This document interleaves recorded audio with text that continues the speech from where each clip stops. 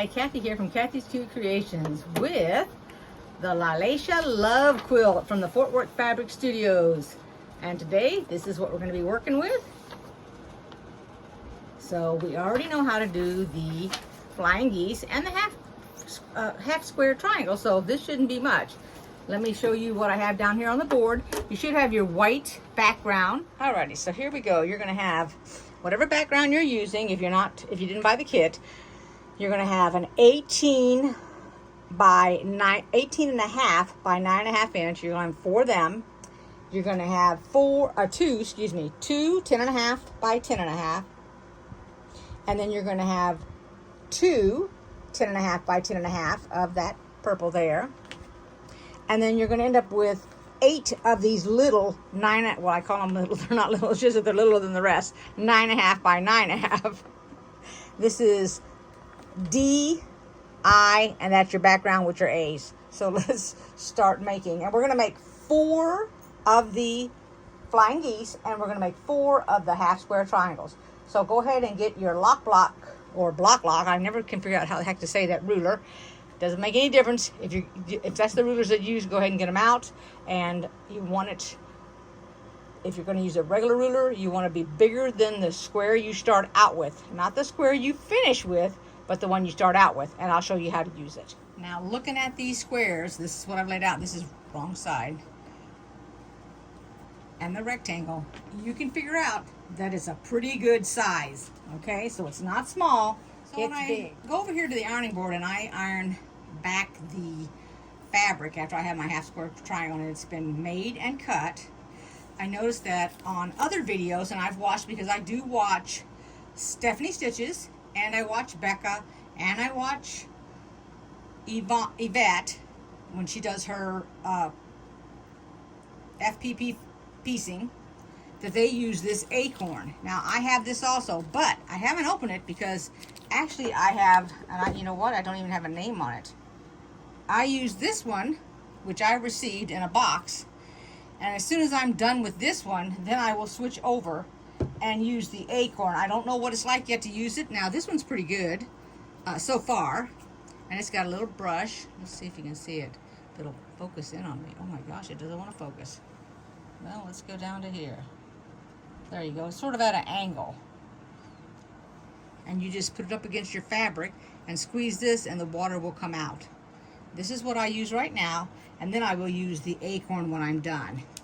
Just letting you know, and it puts the seam a little flatter. Anyway, so we're going to go ahead, and now it tells us to mark actually the white fabric, but I'm going to mark this one. And if you're concerned, and I mean, you don't need to be worried that the whatever you're going to use in the way, don't use permanent ink, whatever, but if you're using a pencil because you don't have a friction pen or you don't like friction pens or whatever, you can actually draw the lines on this fabric instead of the white. It's going to be up to you. Okay? So if you were following the story today, she got her story up kind of late today. I was a little worried something happened to her. Normally they come up at 4 o'clock in the morning, and it was after 6 when she got the story up. And I'm talking about Stephanie Bond.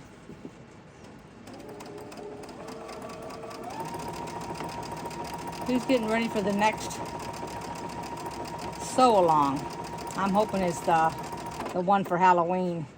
I don't know how they would squeeze one in before that. We have 2 weeks. Well, we have this week, because this is week 4, and then we have next week, which is when we assemble it, which is week 5. And then we get a little bit of a breather, and I'm hoping that the next one will be the Halloween, whatever they're going to do for Halloween. I'm sure it's going to be pretty nice looking, because I don't know how they come up with all the ideas. I don't know if they have brainstorming or if somebody just got a bunch of ideas in their head. And I know that's possible. Whatever it's going to be nice. Watch my video so you can find out when I announce that we're going to, whatever it is. Not that it's not, I'm not going to know what it is, but whenever the next one comes out, before it comes out, I'm going to go ahead and have my drawing just like I did this last time. So you guys watch my videos so you can see when I mention that Doesn't necessarily have to be in a Fort Worth Fabric Studio video that I'm going to announce that. Just giving you the heads up on it, so you'll be prepared.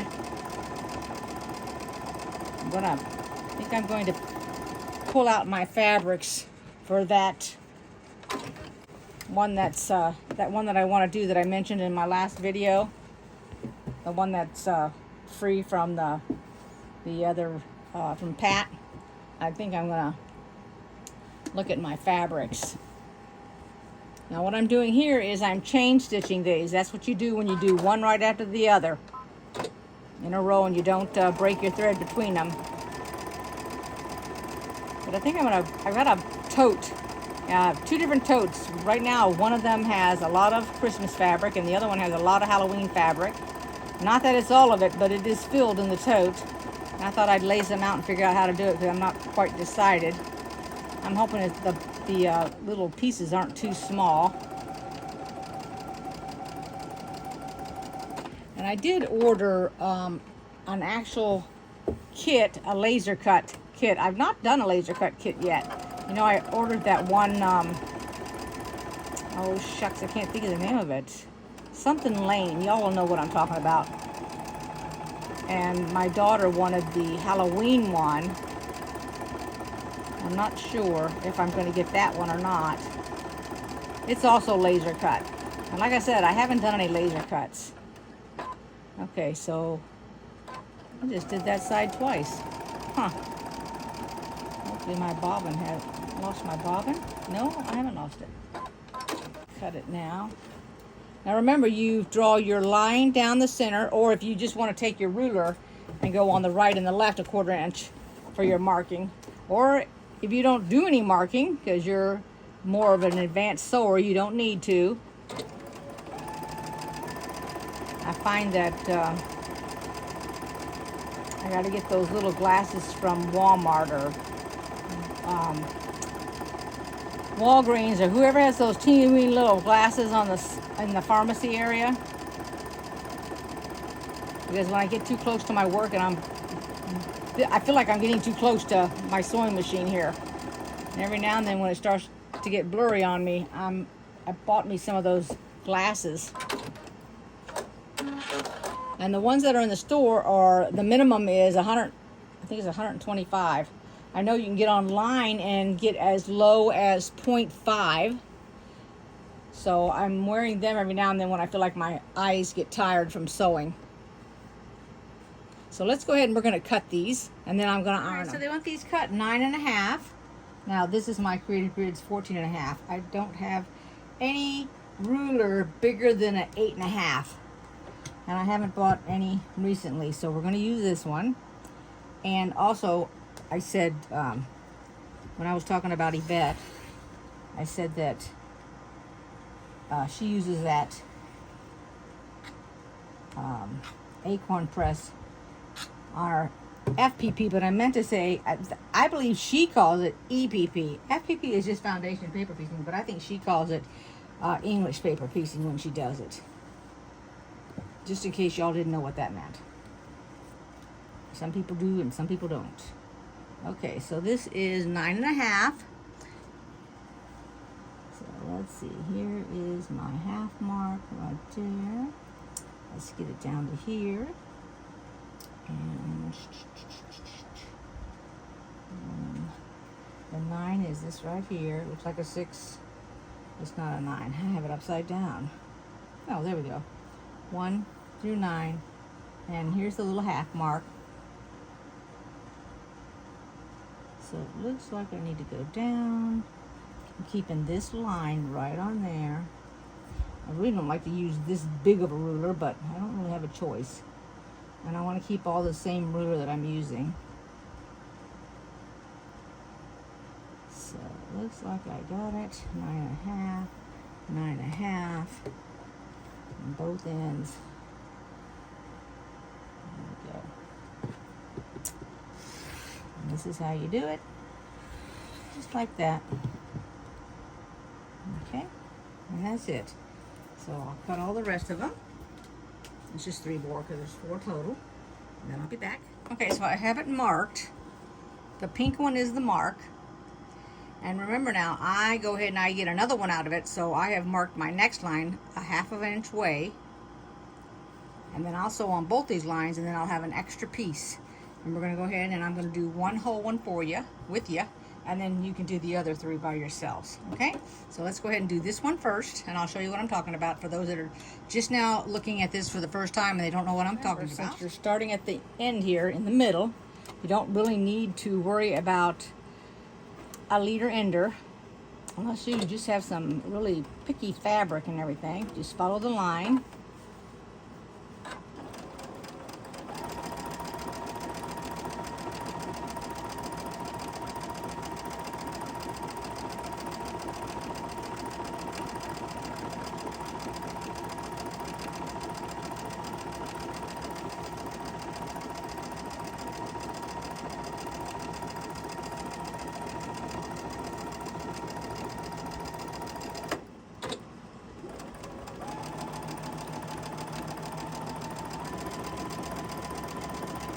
I don't have my sewing machine set up too fast. I just have it on the medium.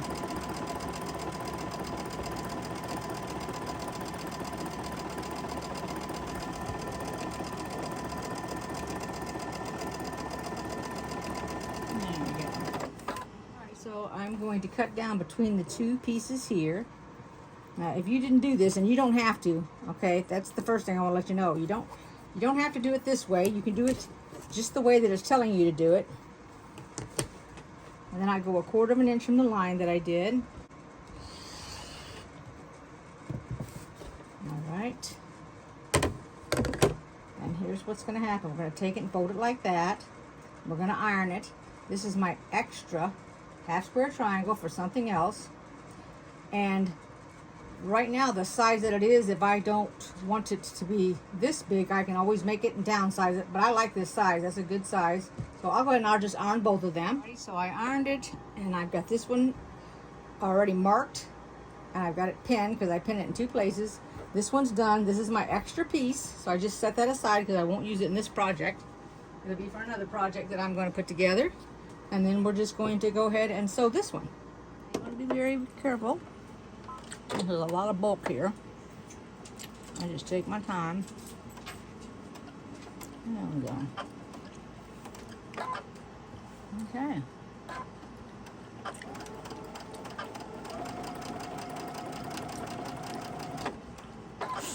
I gotta tell you something. One time, this is kind of funny. So this is when I first started out. I didn't really know too much about 1/2 square triangles. And I tried to do this. I mean, I did it by mistake first. That's why I knew about it. So by accident, I drew the line over here. And of course, when I cut it off, I ruined my square. But that was a learning experience, and it was so funny. Oh my gosh. Thank goodness I only did it on one and realized my mistake, because I didn't. A lot of people that will work with these will sit and do them all before they stop and cut anything. And so they would all be set up like that, the same exact way. You just wouldn't have it cut and folded open and ironed. Then they'd sit and cut them all, and then the next thing you know, the whole thing would have been wrong. But in my case, I did, like here, I'm doing one entire flying geese for you just to see what it would look like. And I can't believe that I did that. But hey, mistakes happen. That's why they got oopsie kits and everything else. And sometimes the oopsie kits, depending on, you know, how much it is, and I'm not going to call it an oopsie kit. I'm just going to say if you made a mistake and all you needed was like a 4-inch square, like let's say that your square was supposed to be 3 inches and you accidentally ended up 1 less square because you cut something wrong, I don't know what, but if all you needed was a 3-inch square, 9 times out of 10, the fabric shop would have that fabric and send it to you, or somebody else doing the same thing would have extra fabric. Okay, so there's one finished. Go ahead and sew the other 3 together. There we have, they're all finished.